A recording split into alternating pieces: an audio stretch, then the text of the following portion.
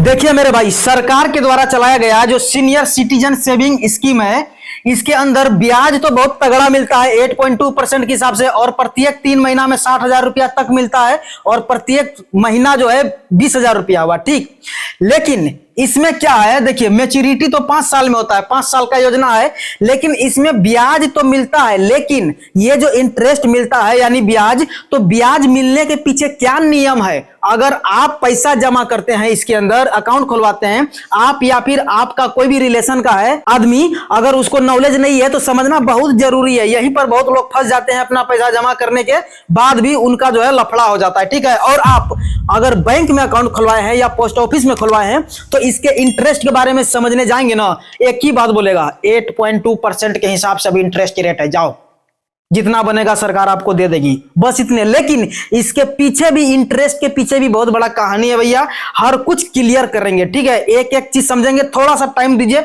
बहुत मजा आएगा। बिल्कुल सिंपल भाषा में आपसे बात करेंगे। ठीक, चलिए समझते हैं इसमें क्या है भैया।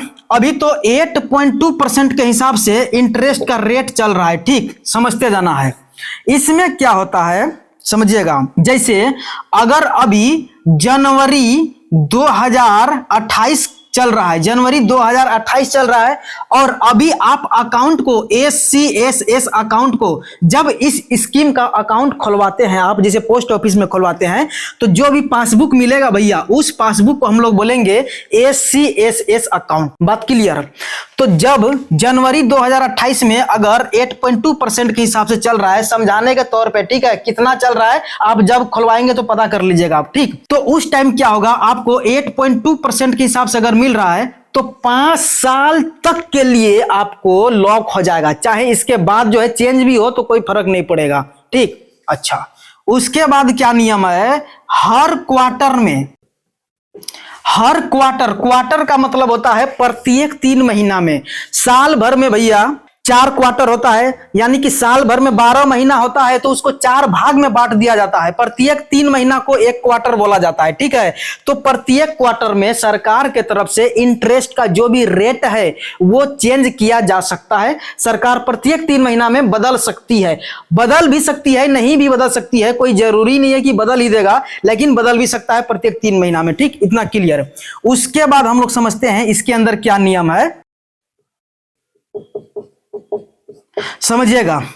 इंटरेस्ट का रेट बदलने पर, अगर हम जनवरी 2028 में 8.2% के हिसाब से अगर अकाउंट खुलवाए हैं, और अप्रैल या जून जुलाई अगस्त या 4 महीना 5 महीना के बाद भी अगर मान के चलते हैं 8.7.8 अगर हो जाता है, इंटरेस्ट का रेट अगर घट जाता है भैया, तो इसका असर हमारे ऊपर नहीं पड़ेगा। उस टाइम जो भी आदमी अकाउंट खुलवाएगा उसको जो है 7.8% के हिसाब से मिलेगा, और उसका भी 5 साल के लिए भैया लॉक हो जाएगा। ठीक, अच्छा, उसके बाद का क्या नियम है उसको समझते हैं। साल भर में 4 क्वार्टर होता है, और कैसे पैसा मिलता है चलिए उसको लिखते हैं।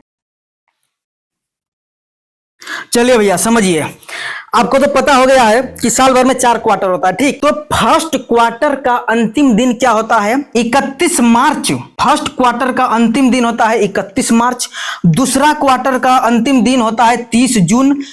तीसरा क्वार्टर का अंतिम दिन होता है 30 सितंबर, और चौथा क्वार्टर का अंतिम दिन होता है 31 दिसंबर। ठीक, तो प्रत्येक 3 महीना के अंदर जितना भी आपका ब्याज बना हुआ है उस सभी का कैलकुलेशन होकर 31 मार्च को जमा होगा। ठीक है, 31 मार्च को क्लियर हो जाएगा कि 3 महीना में कितना पैसा जमा हुआ है, बना है। ठीक है, लेकिन ये 3 महीना का पैसा 31 मार्च को बनेगा, लेकिन इसका जो है जो भी अमाउंट होगा भैया, आपको 1 अप्रैल के दिन आपको ट्रांसफर कर दिया जाएगा। ठीक, अच्छा, 1 मिनट।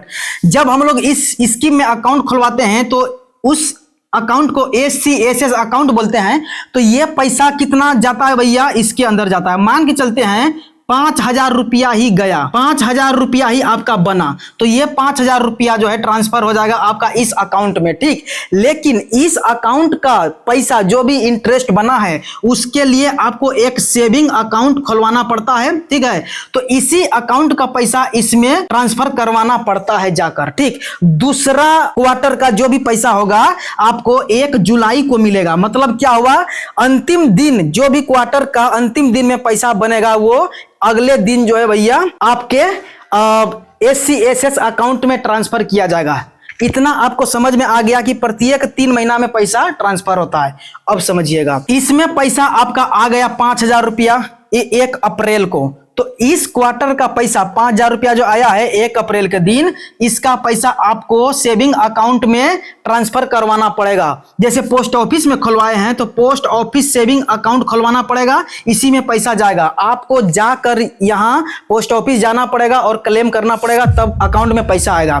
अब आपके मन में सवाल चलेगा कि दो तरीके के बार बार बुढ़ौती में जाएगा पोस्ट ऑफिस और अपना जो है जो भी ब्याज बना है उसका पैसा अपना सेविंग अकाउंट में लेगा। तो कोई जरूरी नहीं है। एक फैसिलिटीज है जिसका नाम है भैया ऑटो क्रेडिट। अगर ऑटो क्रेडिट को ऑन करवा देंगे तो जैसे आपका SCSS अकाउंट में ब्याज आएगा तुरंत ट्रांसफर खचाक से हो जाएगा आपके सेविंग अकाउंट में। ठीक, आपको जाने आने का जरूरत नहीं है। लेकिन बहुत लोग ऐसा सोचता है कि पोस्ट ऑफिस में हम अकाउंट खुलवाएंगे लेकिन जो भी इंटरेस्ट बनेगा पोस्ट ऑफिस का सेविंग अकाउंट में नहीं आकर मेरा अपना कोई बैंक के सेविंग अकाउंट में आए। तो जैसे मान के चलते हैं, अगर आप SBI में अकाउंट खुलवाए हैं एक सेविंग अकाउंट, आप चाहते हैं इसी सेविंग अकाउंट में मेरा इसका पैसा आए, तो ऐसे स्थिति में आप इसके अंदर जो है एक फैसिलिटी होता है ECS, इलेक्ट्रॉनिक क्लियरिंग सिस्टम, इसके थ्रू जो है भैया आपका जो भी पैसा बनेगा इसके अंदर आएगा। ECS को ऑन करवा देंगे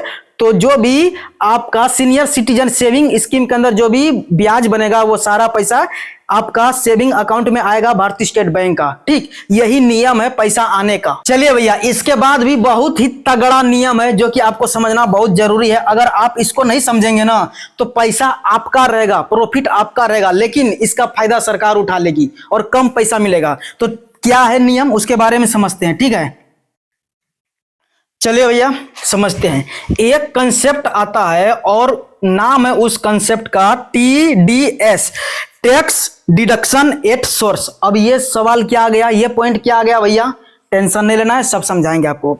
इसमें नियम क्या बोलता है, अगर 1 साल के अंदर आपका 1 लाख रुपया से बेसी ब्याज बनता है, इतना रुपया आप पैसा जमा किए हैं कि 1 लाख रुपया से बेसी इंटरेस्ट आपका बन गया। आपको तो मालूम है कि प्रत्येक महीना के हिसाब से 20,000 रुपया बनता है, तो आराम से भैया 1 लाख रुपया पार हो जाएगा, आराम से पार हो जाएगा सालाना। तो अगर 1 लाख रुपया से बेसी अगर आपका सालाना ब्याज बन जाता है, तो जैसे अगर आप पोस्ट ऑफिस में अकाउंट खुलवाए हैं अपना, ठीक है, तो ये पोस्ट ऑफिस वाला क्या करेगा, 10% TDS काट लेगा। 10% आपका क्या करेगा, TDS काट लेगा भैया, और बाकी पैसा आपको घुमा देगा। ठीक, जैसे समझते हैं, जैसे आपका 2 लाख रुपया 1 साल में प्रॉफिट आपने किया, तो 1 लाख रुपया से बेसी हो गया, तो इसका 10% कितना हो जाएगा अनिल बोलो, इसका 10% हो जाएगा भैया 20,000 रुपया। तो ये 20,000 रुपया कम हो जाएगा, यानी कि 1,80,000 रुपया आपको देगा और 20,000 रुपया ये क्या कर देगा भैया, सरकार के पास जमा कर देगा।